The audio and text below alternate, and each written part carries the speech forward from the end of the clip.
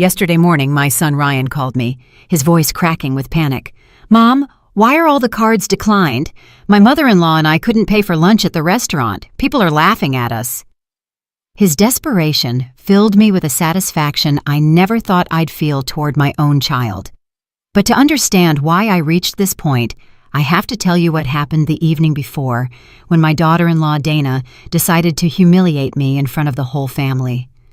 I'm 68 years old, and for the last few years, ever since I was widowed, I've become the personal ATM for my son and his wife.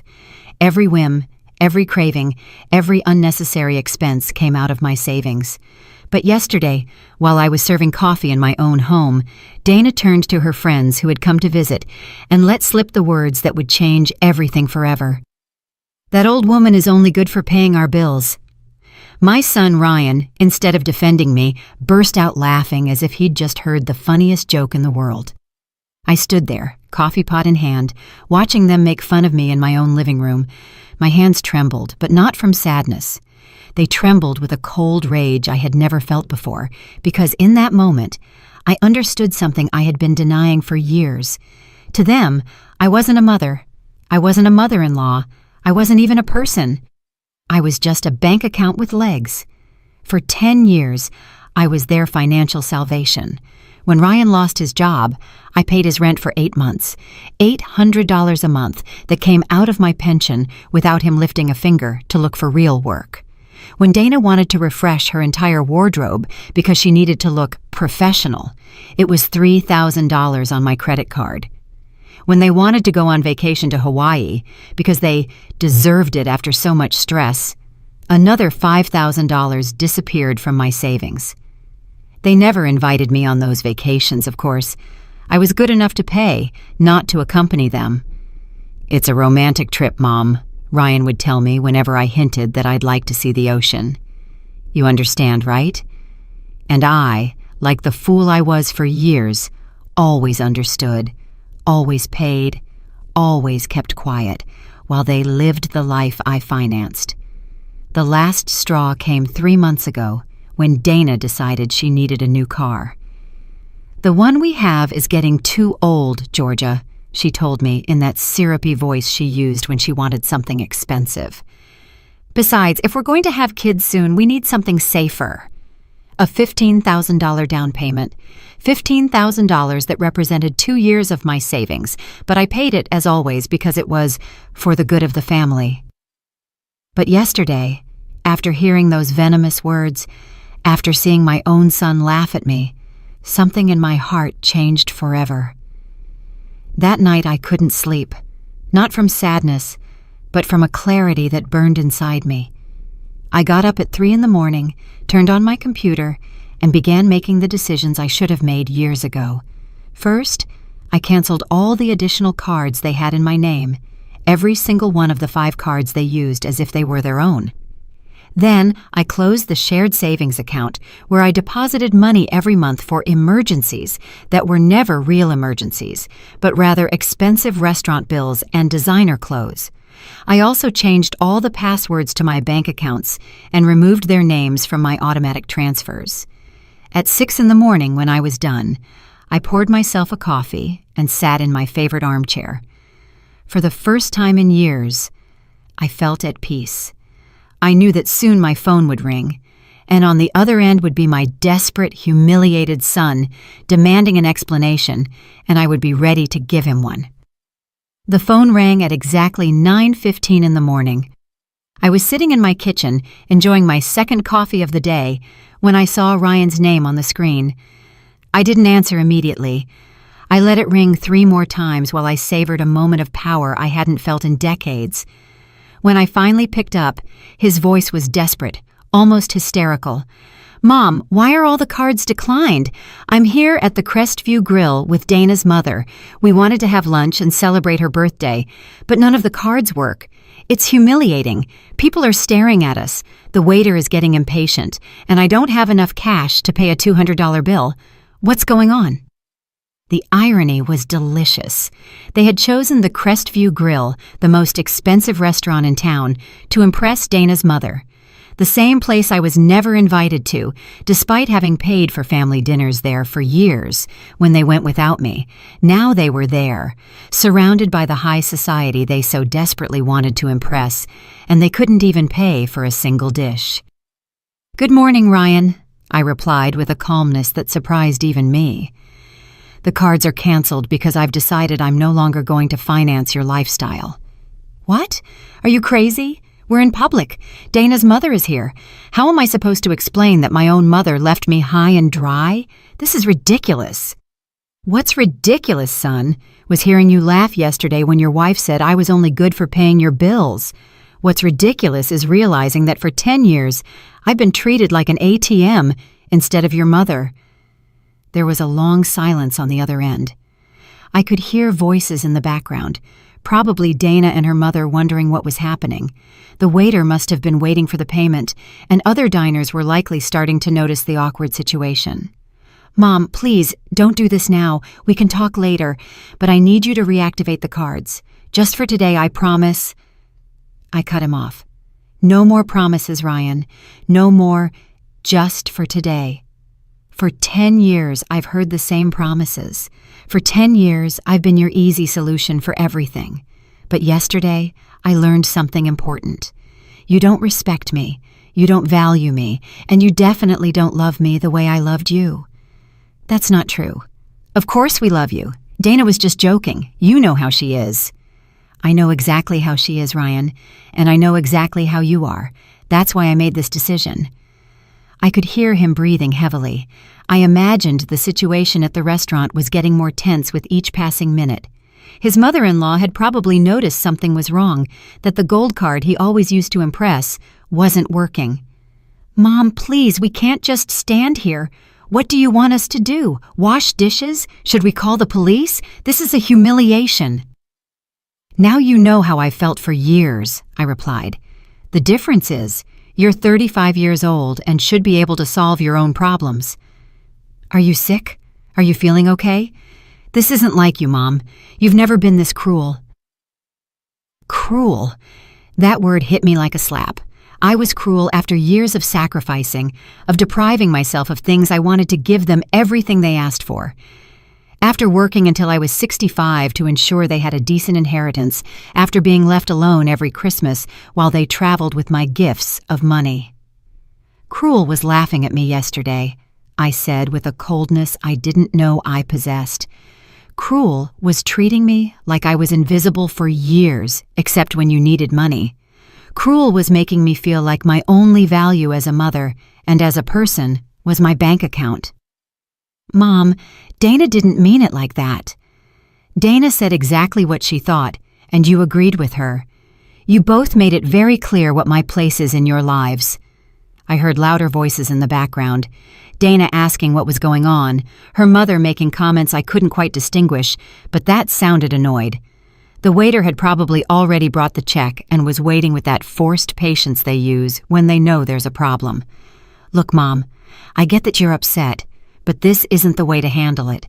We can sit down and talk like adults, but right now, I need you to help me. Just this one more time, and then we can change things. Just this one more time." I laughed, and my own laughter sounded strange, bitter. Do you know how many times I've heard that phrase? Do you know how many last times I've financed over the past 10 years? "But Mom..." "No, Ryan, not this time. This time, you're going to have to find another solution. You have jobs, you have friends, you have in-laws. Figure it out." "How are we going to explain to Dana's mother that my own mom abandoned us in a restaurant? How am I going to face the people who know us? Everyone is going to be talking about this." And there it was, the naked truth. He wasn't worried about fixing our relationship. He wasn't reflecting on how they had treated me. He only cared about his image, his reputation, what people would think. Just like always. "That's your problem to solve, son. For years, I worried about your image, your comfort, your happiness. Now it's time for me to worry about mine." "You can't do this. You're my mother." "Exactly. I'm your mother, not your employee. I'm your mother, not your personal bank. I'm your mother, not your financial lifeline. And as your mother, I should have taught you years ago how to stand on your own 2 feet." There was another longer silence. This time I could feel his desperation through the phone. He was probably doing mental calculations, thinking about who he could call, how he could get out of this situation without completely losing face. "Mom, please. Dana is crying. Her mother is asking what kind of family we are. The waiter has already asked us 3 times if everything is okay. Please have mercy." Mercy. Another word that made me tremble. Where was their mercy when I stayed up late calculating how to pay their expenses on top of my own? Where was their compassion when I deprived myself of buying new clothes so I could give them money for their whims? Mercy is earned over years, Ryan, and you two lost it yesterday. I hung up the phone. My hands were trembling slightly, but not from fear or sadness. They were trembling with adrenaline, with a sense of power I hadn't experienced in decades. For the first time in years, I had put my own needs first. For the first time in years, I had said no. For the next 30 minutes, the phone didn't stop ringing. First, it was Ryan again, then Dana, then a number I didn't recognize, which I assumed belonged to Dana's mother. Every call I rejected gave me more strength, more conviction that I was doing the right thing. I poured another coffee and sat on my patio, enjoying the silence I had missed so much. But the calm didn't last long. At 11 in the morning, I heard the unmistakable sound of Ryan's car pulling into my driveway. The car I had helped pay for, of course. 2 doors slammed shut, and I heard hurried footsteps heading toward my front door. The knocking started immediately, loud and insistent. "Mom, open the door. We need to talk." Ryan's voice sounded different now, more desperate, but also more aggressive. "I know you're in there. Your car is in the driveway." I didn't move. I remained seated on my back patio, invisible from the front entrance, watching the birds visit the feeder I had installed last year. It was funny how the small pleasures in life took on new meaning when you finally had the peace of mind to enjoy them. "Georgia!" Now it was Dana's voice, sharp and demanding. "We know you're there. Stop acting like a child and come out and face us." Face them. As if I were the one who had done something wrong, as if I were the one who owed an explanation after years of financial and emotional abuse. The irony was so absurd it almost made me laugh. The knocking intensified. I could hear they were using their feet now, not just their fists. My front door, the oak door my late husband had installed with such care, was being pounded on as if it were the entrance to a seedy bar. "This is ridiculous," Dana shouted. "You made us look like beggars in front of everyone. Ryan's mother-in-law had to pay for our lunch. A 70-year-old woman had to take money out of her purse because her daughter-in-law is a lunatic." Ah, so that's what happened. Dana's mother had to rescue them. I pictured the scene. Ryan sweating bullets as he tried to explain why none of his cards were working, Dana making up pathetic excuses, and finally the older woman having to save the day. The humiliation must have been exquisite. "Mom, please." Ryan sounded on the verge of tears. "People are already talking. Everyone at the restaurant was staring at us. Some even took out their phones. This is going to be all over social media." Social media. Of course, that was their biggest concern. Not the fact that they had hurt their mother, not the recognition that they had crossed a line. They only cared about their public image, their reputation in those social circles where they loved to show off the lifestyle I financed. The knocking stopped for a moment, but I could hear their voices arguing in furious whispers. They were probably deciding on their next strategy. I knew Dana well enough to know she had a full arsenal of emotional manipulations, and Ryan had learned well from her over the years. "Georgia," Dana's voice changed tone completely. Now it sounded soft, almost sweet. "I know you're upset and you have every right to be. Maybe what I said yesterday sounded bad, but you know I didn't mean it. I was just joking with my friends. You know how we women are when we get together. Sometimes we say things without thinking." It was fascinating to hear how she could change her personality in seconds. From the furious woman who had been screaming and kicking my door, she had now transformed into the understanding daughter-in-law who had only made a small communication error. "Mom," now it was Ryan who had adopted the gentle tone, I understand we hurt you. Dana explained to me what happened yesterday, and you're right to be upset. But declining the cards doesn't solve anything. It just makes things worse for everyone. For everyone.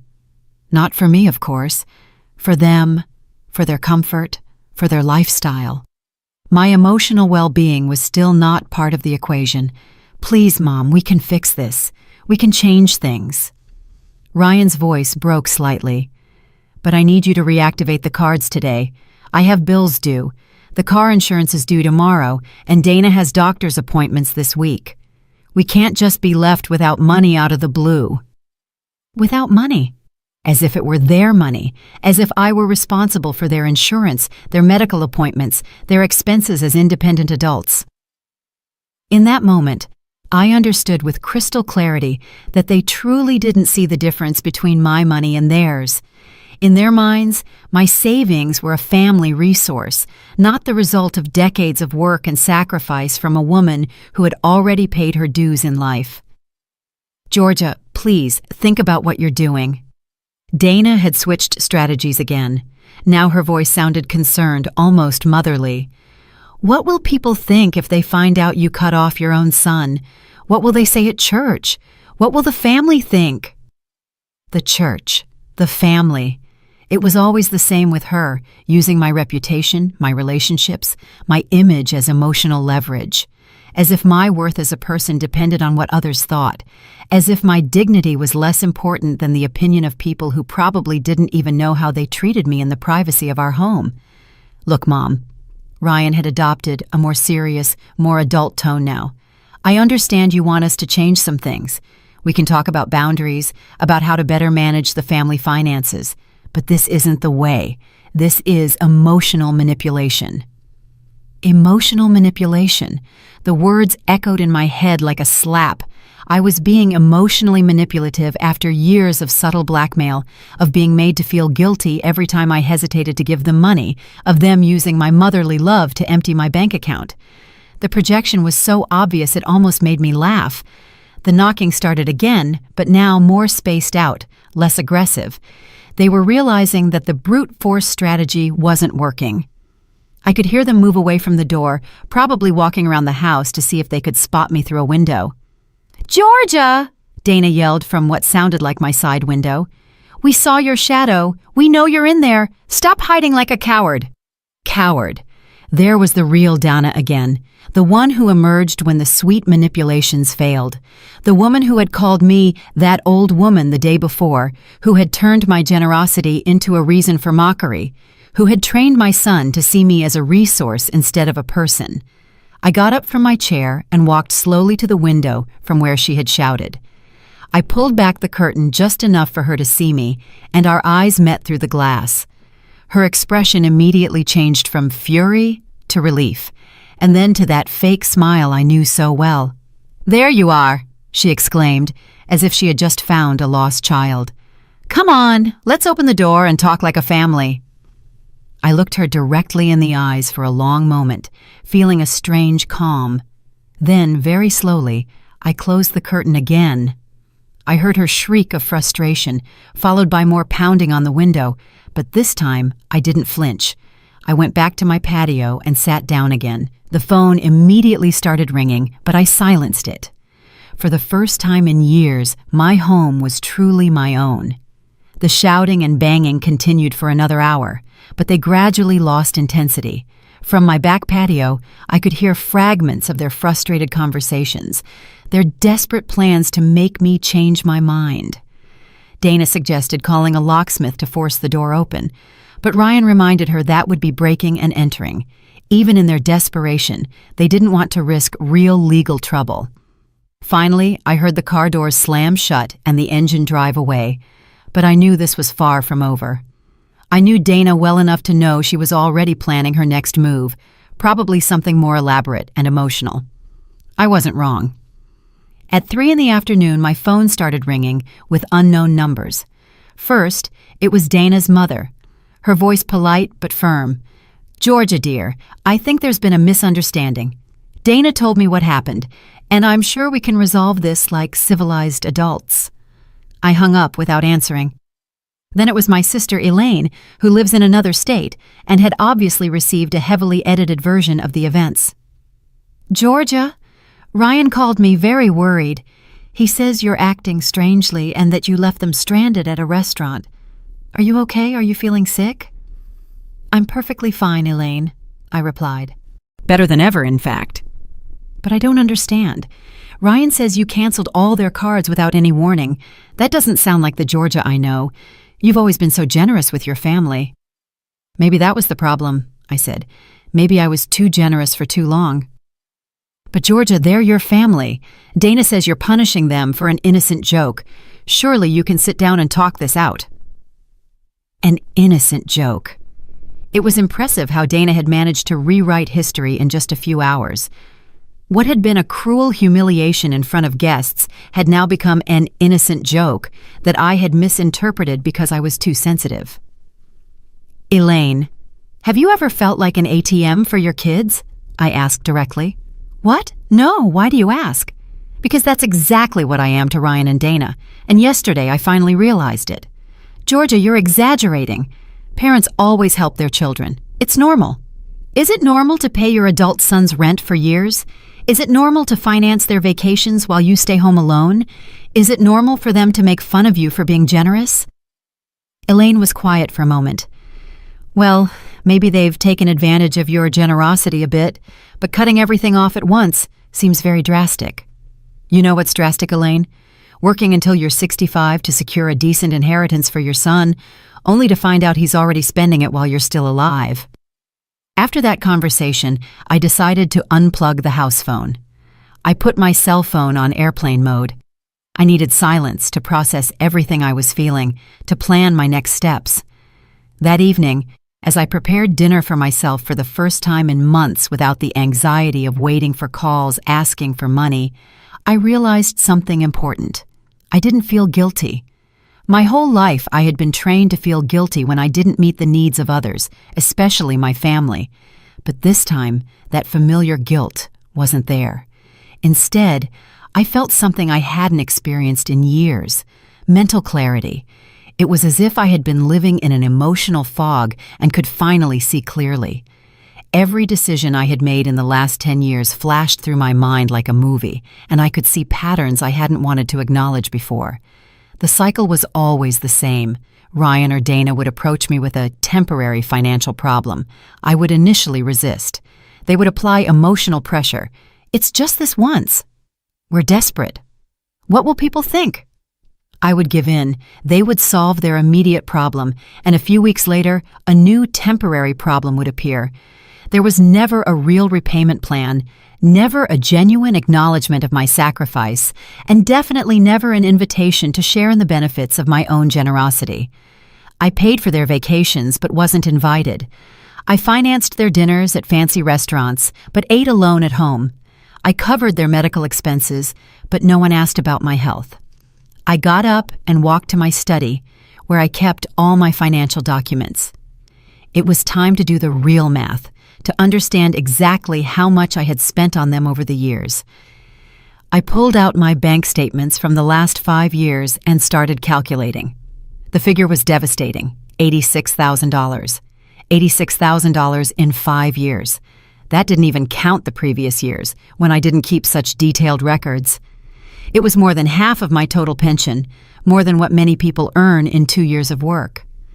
But the most painful part wasn't the amount of money. It was realizing that in exchange for those $86,000, I had received mockery, indifference, and the treatment of being seen as an obligation rather than a blessing. As I reviewed the numbers, I found something that made me tremble with rage. They had been using one of my cards for premium streaming services, expensive gym memberships, and magazine subscriptions I didn't even know existed. Small monthly charges that added up to hundreds of dollars a year, money that was automatically coming out of my account to pay for luxuries I never enjoyed. That night, I made another important decision. I took my will out of the file cabinet and read it carefully. I had drafted that document 5 years ago when I still believed I was securing the future of a loving and grateful family. Ryan was the sole beneficiary of everything: the house, the savings accounts, the investments, everything. But now, I saw that will with different eyes. Why should I leave my entire estate to someone who had already spent more than half of it while I was still alive? Why reward someone with an inheritance who had treated me like a resource instead of a mother? I decided that the next day, I would call my lawyer to schedule an appointment. It was time to make some significant changes to my estate plans. If Ryan wanted to treat me like a bank, then he would have to be content with the interest, not the principal. I went to bed that night with a strange but liberating feeling. For the first time in years, I had made decisions based solely on my own well-being. For the first time in years, I hadn't stayed awake worrying about the financial problems of other adults. I slept better than I had in months. The next day, I woke up with an energy I hadn't felt in years. It was Friday, and for the first time in a long time, I had plans that didn't involve solving anyone else's problems. First, I would call my lawyer, then I would go to the bank to make some additional changes. And maybe, just maybe, I would buy myself something nice with the money I normally would have spent on someone else's whims. I plugged the house phone back in while I made breakfast. As expected, I had 14 messages on the answering machine. I listened to them while I drank my coffee, and each one confirmed that I had made the right decision. Message 1. Dana, with a tearful voice. Georgia, it's Dana. I know you're upset, but please think about what you're doing. Ryan didn't sleep at all last night. He's so worried about you. He says he's never seen you like this. Please call us. Message 2. Ryan, sounding desperate. Mom, I need to talk to you. I went to the bank this morning and they told me you closed the account where you deposited money for our emergencies. Why would you do that? That account was for both of us. It was fascinating how he continued to refer to my money as ours. That account had never been for both of us. It was my money that I deposited for their supposed emergencies, which invariably turned out to be vacations, expensive clothes, or restaurants. Message 3. Elaine again. Georgia, Ryan called me again. He says you also closed a savings account. Are you sure about what you're doing? Don't you think you're being a little radical? The following messages followed the same pattern. Feigned concern, questioning my mental health, and pleas disguised as sisterly advice. But message number 11 caught my attention. It was from a number I didn't recognize, but the voice was familiar. Mrs. Whitlock, this is Oscar, my cousin Dana's husband. Look, I know we don't know each other well, but Dana asked me to call you. She's very worried because she says you're acting very strangely. As a man, I think sometimes women complicate things more than necessary. Why don't you just forgive and forget? Family is the most important thing. Family is the most important thing. What a convenient philosophy when it comes to maintaining a status quo that benefits them. I wondered if Oscar would be so willing to forgive and forget if someone made fun of him in front of his family while emptying his bank account. At 9 o'clock sharp, I called the law firm where I had made my will. The secretary told me that Mr. Coleman had a cancellation and could see me that same afternoon at 2. Perfect. Then I called the bank and requested an appointment with the manager to review all my accounts and make some additional security changes. I also wanted to make sure that Ryan had no access to any information about my finances. As I was getting ready to leave, the doorbell rang.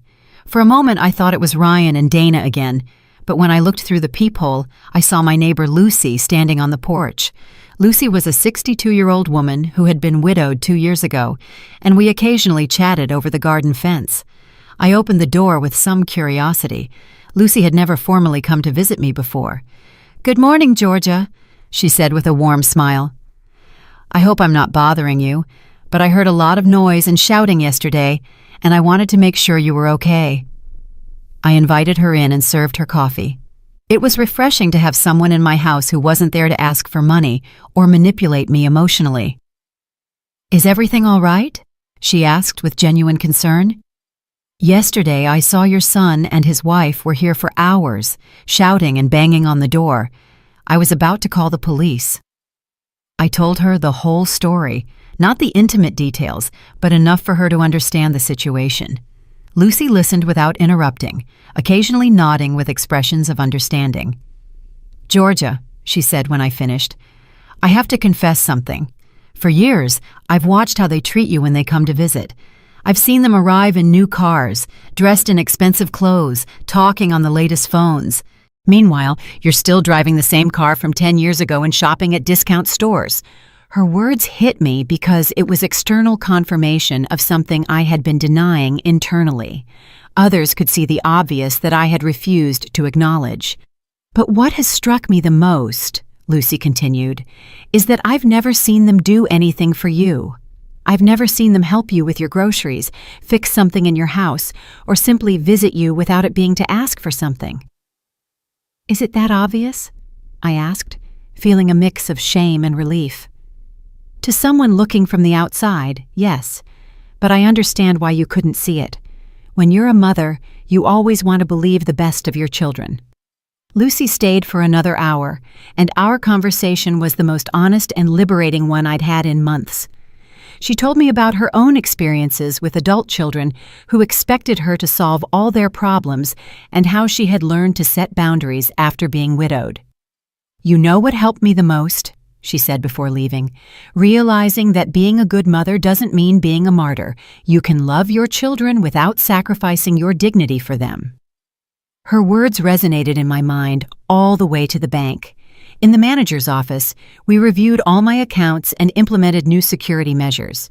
I changed all the passwords, added two-factor authentication, and made sure that only I had access to any financial information. "Mrs. Whitlock," the manager said as he processed the changes, "may I ask why these drastic changes? Do you have any specific security concerns?" "Let's just say I finally realized that my biggest financial security risk lives in my own family," I replied. The manager nodded with understanding. "It's more common than you think, ma'am. We see many cases of older adults being taken advantage of financially by relatives. You did the right thing by protecting yourself."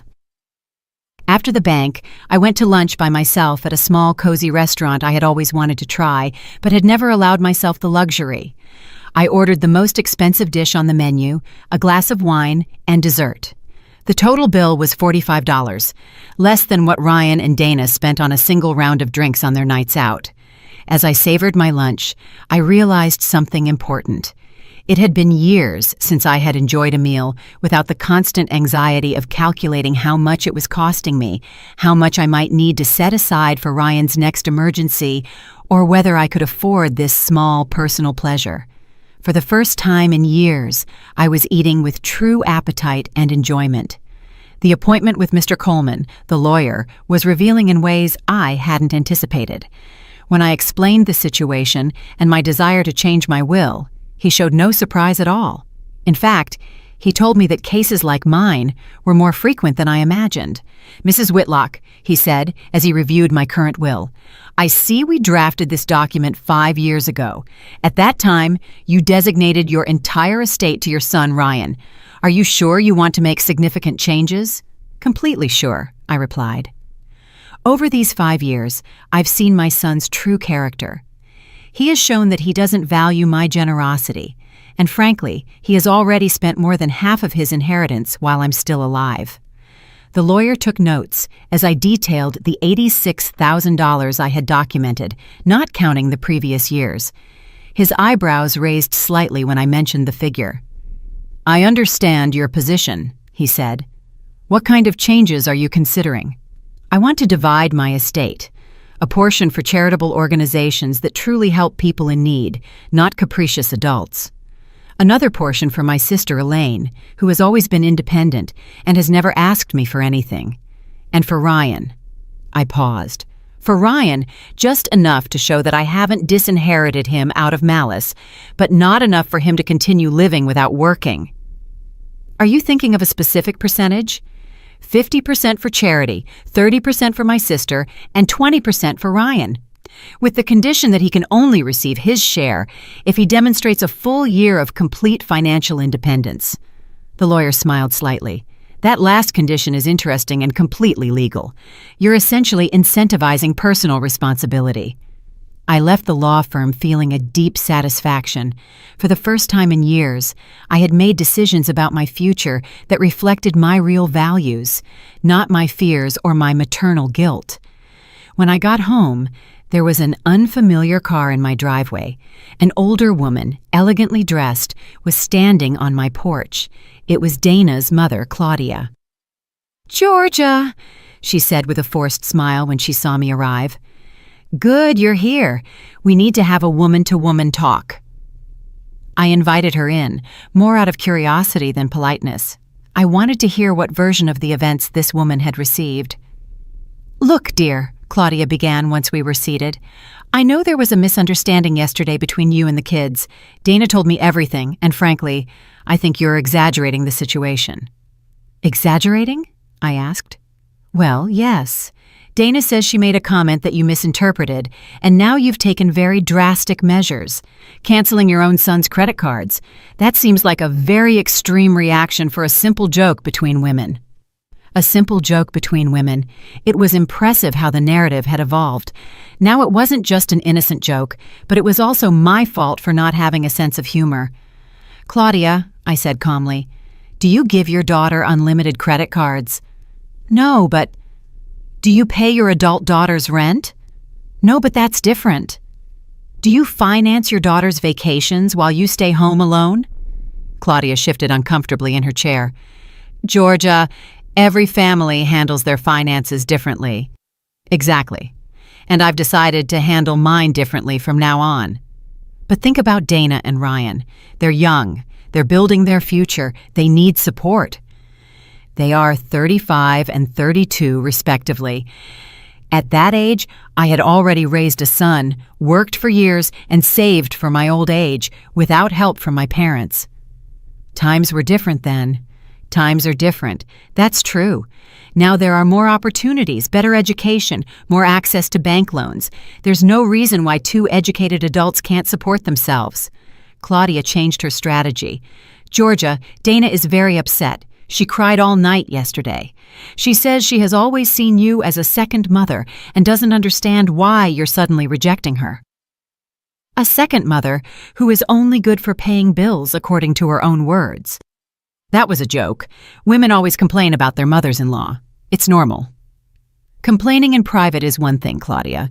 Humiliating someone in front of guests is something else entirely." The conversation continued for another half hour, with Claudia using every manipulation tactic in the book. Guilt. Think about how your son feels. Fear. You're going to end up alone.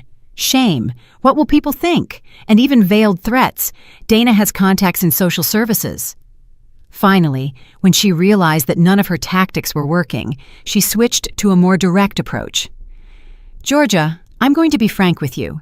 Dana and Ryan are considering seeking legal help. There are ways to declare a person mentally incompetent if they show erratic behavior with their finances." There it was. The real threat behind all the emotional manipulation. If I didn't give in voluntarily, they would try to take away control of my own finances by force. "Claudia," I said, standing up, "I suggest you consult with a good lawyer before trying that. I just came from an appointment with mine, and he assured me that a person who protects their finances from family abuse is demonstrating mental competence, not the opposite." Her expression changed immediately. She realized she had shown her cards too soon. "I didn't mean..." She began to backtrack. "Yes, you meant exactly that," I interrupted. "And now that I know what your true intentions are, I think this conversation is over." I walked her to the door in silence. Before she left, she said, "Georgia, I hope you reconsider. A family war doesn't benefit anyone." There is no war, Claudia. There is only a woman who has finally learned to value herself. After she left, I sat in my living room and reflected on what I had just heard. Not only were they planning to intensify the emotional manipulation, but they were also considering legal measures to regain control over my money. That evening, I called Mr. Coleman and told him about Claudia's threat. He reassured me, explaining that to declare someone mentally incompetent requires solid medical evidence and an extensive legal process. Acting responsibly with one's personal finances does not qualify as evidence of incompetence. However, he warned me, I recommend you document everything. Record conversations if possible, keep records of their threats, and consider getting a preventative psychological evaluation to have evidence of your mental competence. That night, for the first time since this all began, I felt a little bit of fear. But it wasn't fear of doing something wrong. It was fear of how far they would be willing to go to regain control over my money.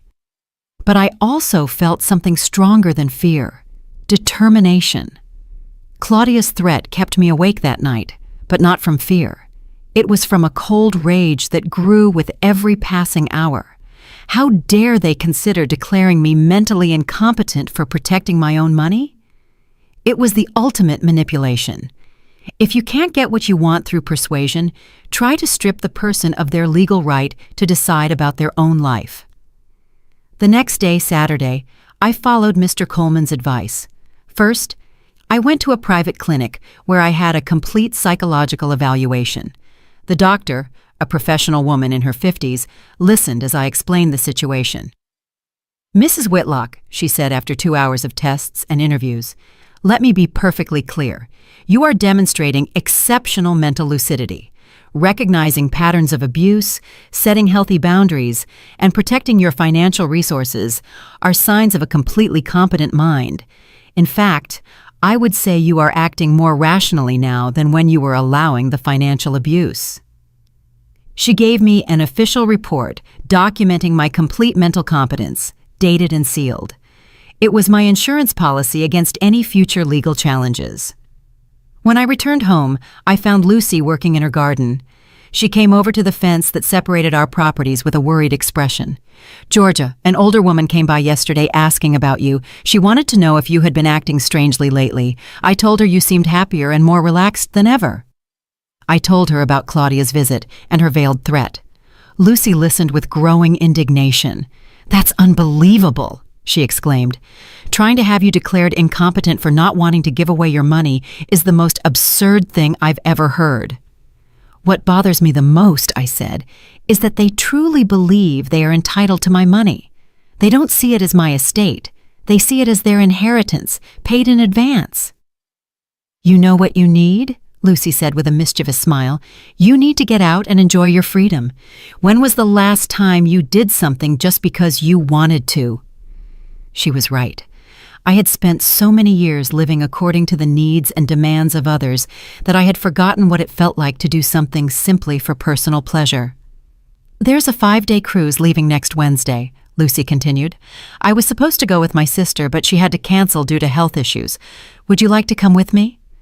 The idea thrilled me immediately. When was the last time I had traveled for pleasure? When had I slept in a bed that wasn't my own, eaten in a restaurant without calculating the cost, or simply relaxed without the constant anxiety of Ryan's next financial crisis? "I would love to," I replied without hesitation. That afternoon, we booked the cruise, $1,500 per person for 5 days, all inclusive. It was a fraction of what I had spent on Ryan and Dana's last vacation, but this time, it would be for my own enjoyment. Sunday morning, while I was figuring out what to pack for the cruise, the doorbell rang. It was Ryan, alone this time. He looked terrible. Deep, dark circles under his eyes, wrinkled clothes, a desperate expression. "Mom," he said with a broken voice, "please, we need to talk. Without Dana, without shouting, just you and me." I let him in but kept my emotional distance. I had already learned to recognize when I was being manipulated. "Mom, I'm desperate," he began. "The car insurance is due on Monday, and I don't have the money to pay it. If I don't renew it, I can't legally drive, and without a car, I can't get to work." "How much is the insurance?" I asked. $250. "And how much did you earn last month?" $3,500. But what, Ryan?" "But we have expenses. The rent, food, utilities. And what else do you spend money on?" He was quiet for a moment. "Mom, don't you understand? Living is expensive." "Living is expensive when you have a lifestyle you can't afford," I replied. "Tell me one thing, son. How much did you spend on restaurants last month?" "I don't know, maybe." How much do you spend on streaming services, gym memberships, food delivery apps? That's different, Mom. Those are basic necessities. Streaming services are basic necessities? In the modern world, yes. You can't live like a hermit. There was the fundamental problem. Ryan genuinely believed that luxuries were necessities and that real necessities were someone else's responsibility. Ryan, I said calmly, you're 35 years old, you have a college education, you have a job. Why can't you pay a $250 car insurance bill? Because there's no money left after everything else. Then cut back on everything else. It's not that easy. You can't just cut expenses like that. Why not? Why? Why? He became visibly frustrated. Because we have a life to maintain. A life you can't afford, but you've always been there to help us. And there was the naked truth. He wasn't asking for temporary help. He was claiming what he considered his right. In his mind, I was a permanent part of his financial structure, not a mother who occasionally provided support. Ryan, I'm going to ask you something, and I want an honest answer. Have you ever, in these 10 years, made a real budget and tried to live solely on your salary? He fell silent. Have you ever considered moving to a cheaper apartment? Silence. Have you ever voluntarily cut back on expenses so you wouldn't have to ask me for money? Mom, those are unfair questions. Unfair? It's unfair to ask a 35-year-old adult if he has tried to live within his means. You don't understand the pressure we're under. Dana has expectations. Her friends live a certain way. We can't look poor. And when did you consider that my expectations and my financial pressure mattered? For the first time in the conversation, Ryan was completely silent. I could see in his eyes that he was processing something he had never considered before. Mom, he finally said in a softer voice, I didn't know you felt pressured. Really? You never wondered how I could afford your lifestyle while I ate beans and rice? You never wondered why I never bought new clothes for myself, but always had money for your emergencies? Tears began to roll down his cheeks. I thought you liked helping us. I thought it was your way of showing love. And it was, Ryan. But you turned my love into an obligation. You turned my generosity into an expectation. And finally, you turned my sacrifice into a reason for mockery. Mom, what Dana said was the straw that broke the camel's back, but the glass had been filling up for years. Ryan cried silently for several minutes. When he finally spoke, his voice sounded different, more mature. What can I do to fix this? You can start by paying for your own car insurance. Ryan sat in my living room for almost an hour after our conversation. We didn't talk much more, but I could see that something had changed in his expression. For the first time in years, he seemed to be truly reflecting on his behavior instead of just looking for ways to get what he wanted. When he finally left, he said, Mom, I'm going to find a way to pay for the insurance, and we're going to have a serious talk about our expenses. I didn't completely believe him, but at least it sounded like a first step toward maturity. On Monday morning, as I was packing for my cruise on Wednesday, I received an unexpected call. It was Dana, but her tone was completely different from the one she had used in the previous days. Georgia, she said in a calm voice, I know things have been tense between us. Could we meet for coffee? Without Ryan, without drama, just the two of us. I agreed, more out of curiosity than any hope of reconciliation. We met at a small coffee shop near the mall. Dana arrived dressed more simply than usual, without the expensive jewelry and designer clothes she normally wore. She looked tired, but also more humble. Georgia, she began after we ordered our coffees, I want to sincerely apologize for what I said last week. It was cruel, disrespectful, and completely inappropriate. What made you change your mind? I asked directly. Honestly, the humiliation at the restaurant, but not just that. These past few days, I've had to face the reality of our finances without your support, and I realized something terrifying. What was that? that we have no idea how to live within our means.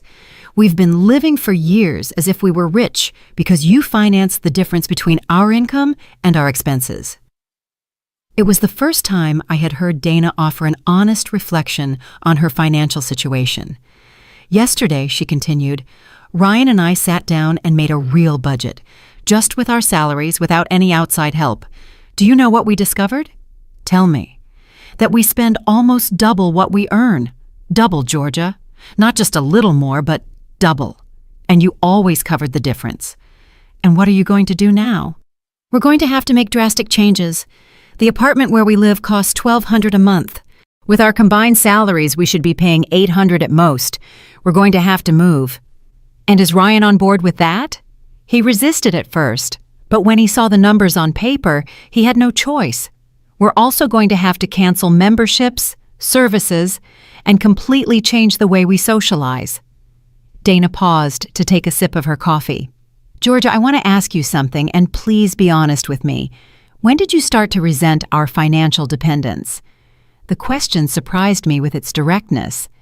I think the resentment grew gradually, but it crystallized when I realized that you not only expected my help, but took it for granted. When was that? When you stopped asking me for money and just started using it. When the additional cards became a normal thing. When my savings became your automatic emergency fund. Dana nodded with a look of shame. You're right. At some point, we stopped seeing you as a person who was helping us and started seeing you as a resource. Exactly.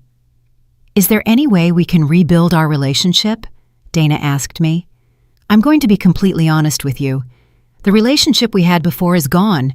That relationship was based on an unsustainable dynamic where I gave and you took. If we want to build something new, it has to be on completely different foundations. What kind of foundations? Mutual respect, financial independence on your part, and a relationship where my value isn't determined by my economic utility. Dana was silent for a long moment. Does that mean you'll never help us again? It means that if you ever need real help in a genuine emergency, after you have proven that you can live responsibly on your own, we could consider it. But it would be help, not a permanent subsidy. How long would we have to prove our independence? It's not a test with a deadline, Dana. It's a change of life. If you can maintain a balanced budget, live within your means, and build your own emergency savings, then you will have demonstrated real financial maturity.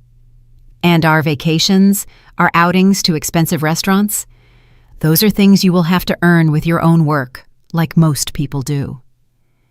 Dana looked genuinely overwhelmed. Georgia, I'm not sure we know how to live like that. Then it's time you learn. You have education, jobs, and abilities. The only thing you've lacked is the motivation to be independent. And if we fail, then you will fail as responsible adults, learning from your mistakes. But at least you will fail as masters of your own decisions, not depending on someone else to solve your problems. We finished our coffees in a thoughtful silence. As we got up to leave, Dana said to me, Georgia, I know this doesn't fix everything, but I want you to know that I've learned something important this week. What's that? That being an adult isn't just about being of adult age, it's about taking on adult responsibility. And we've been playing at being adults while you carried the real responsibilities.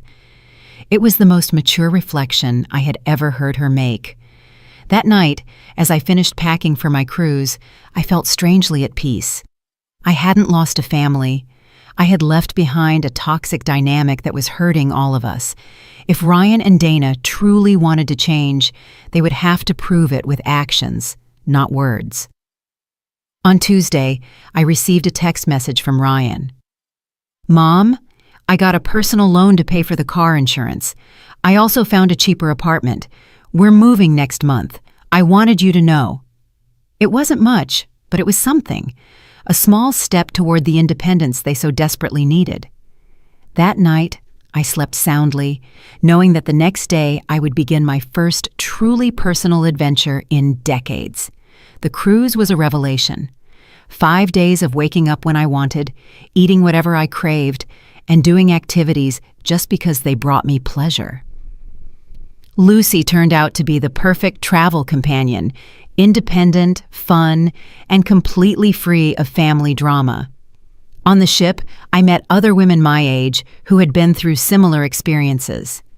During one dinner, a woman named Elaine told me how her 3 adult children had drained her retirement fund before she finally said enough was enough. Another woman, Isabel, had discovered that her son was using her credit card to gamble online. "What surprised me the most," Isabel said as we watched the sunset from the deck, "was realizing that I wasn't the only one. I thought it was a problem unique to my family, but it turns out there's a whole generation of parents who don't know how to say no to our adult children." When I returned home on Sunday, I felt renewed. 5 days without a single call asking for money, without financial anxiety, without the constant burden of solving other people's problems. It was like remembering who I was before I became the family bank. There were several messages on my answering machine, but to my surprise, none of them were a desperate demand for money. Ryan had called twice simply to see if I had arrived home safely from the trip. Dana had left a short message. "I hope you enjoyed your cruise. We'd love to hear about your experience when you have time." On Monday morning, Lucy came to visit with coffee and pastries to hear all the details of the trip. As we chatted on my patio, I saw Ryan's car park in my driveway, but this time, instead of getting out immediately and heading for my door, he sat in the car for several minutes. When he finally rang the doorbell, his expression was different. He seemed nervous, but also more mature somehow. "Mom," he said when I opened the door, "I know you just got back from your trip, but could we talk for a moment?" I invited him in. Lucy discreetly excused herself and went back to her house. "Mom, I wanted to tell you what we've been doing this week," Ryan began. "Dana and I moved into a smaller apartment. We're paying $400 less in rent per month." "How do you feel about the change?" "Honestly, it was tough at first. The apartment is smaller, it's in a less fancy neighborhood, but after a few days, I realized something important." "What was that?" "That I can sleep peacefully knowing that we're paying for everything with our own money. I don't have that constant anxiety of not knowing how we're going to cover next month's expenses." It was the first time I had heard Ryan talk about financial anxiety from his perspective. It had never occurred to me that he might have also been stressed by the unsustainability of his lifestyle. "We also canceled the expensive gym memberships and signed up for a basic one that costs a fifth of the price," he continued, "and Dana found a part-time job on weekends to generate extra income." "Dana is working more?" "Yes, and it was her idea. She says she wants to contribute more actively to our finances instead of just managing money that comes from other places." I was surprised to hear that Dana had taken that initiative. "Mom, I also wanted to apologize formally, not just for what happened 2 weeks ago, but for all these years. I never realized I was treating you like an ATM instead of my mother." "What made you realize it?" "When we had to make our first real budget, I realized I had no idea how much it really cost to live. My entire adult life, I had been living beyond my means because you covered the difference." Ryan paused and looked me directly in the eyes. "Mom, I want you to know that these last few days have been the first in years where I truly feel like an adult, making my own decisions, solving my own problems, being responsible for my own consequences." "And how does that feel?" "Terrifying, but also liberating. I didn't know how much weight I was carrying until I got rid of it." "Weight?" "The weight of knowing deep down that I wasn't truly independent. The weight of knowing I was living a financial lie. The weight of knowing that my lifestyle depended on exploiting my mother's generosity." Those words hit me deeply. For years, I had thought I was the only one suffering in that dynamic. But it turned out that Ryan had also been carrying guilt and anxiety. "Mom, I know I have no right to ask you for anything after everything that's happened, but there's something I'd like to ask you." "Tell me." "Do you think we can ever have a normal relationship? A relationship where I'm your son who visits you because he loves you, not because he needs something?"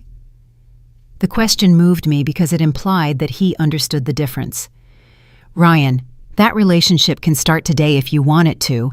I've always wanted to have a son who visits me because he cares about me, not because I'm useful. So, would you like it if Dana and I came for lunch on Sunday? We'll bring the food, we'll cook, and we'll just spend time together. I would love that. After Ryan left, I sat in my living room reflecting on everything that had changed in 2 weeks. I had lost my role as my family's financial savior, but I had gained something more valuable: my self-respect and the possibility of a genuine relationship with my son. That night, I called Mr. Coleman to ask about modifying my will again. After the conversation with Ryan, I wanted to consider a different approach. Instead of punishing him permanently, I decided to create a will that rewarded maturity demonstrated over time. As Whitlock, the lawyer said, "You're thinking of a tiered will based on behavior." Exactly. If Ryan demonstrates real financial independence for 2 consecutive years, he could receive a larger portion. If he continues that pattern for 5 years, another larger portion. But if he falls back into his old habits, we revert to the original plan. It's an intelligent structure. It incentivizes long-term personal growth. As I hung up the phone, I realized that for the first time in years, I was planning my future based on hope instead of fear. Hope that my son had truly learned and grown. Hope that our relationship could heal. Hope that my final years would be lived with dignity and respect. I went out to my patio and looked at the stars. In the distance, I heard the sound of the fountain I had installed in my garden last year, a small luxury I had allowed myself only after years of doubting whether I deserved to spend that money on myself. Now I knew the answer. I had always deserved to treat myself with the same generosity I had shown to others. It had taken me 68 years to learn that lesson, but I had finally learned it, and I would never forget it again. If you enjoyed my story, you can support me by sending a super thanks so I can write more stories like this. Thanks a lot in advance. What about you? What would you do in this person's shoes? I'd really love to hear your thoughts, so drop them in the comments. I'm always curious to know what you think. Oh, and let me know where you've heard this story. If you want to hear more life stories like this, like the video and subscribe to my channel. There are many more waiting for you. Big hugs, and see you next time.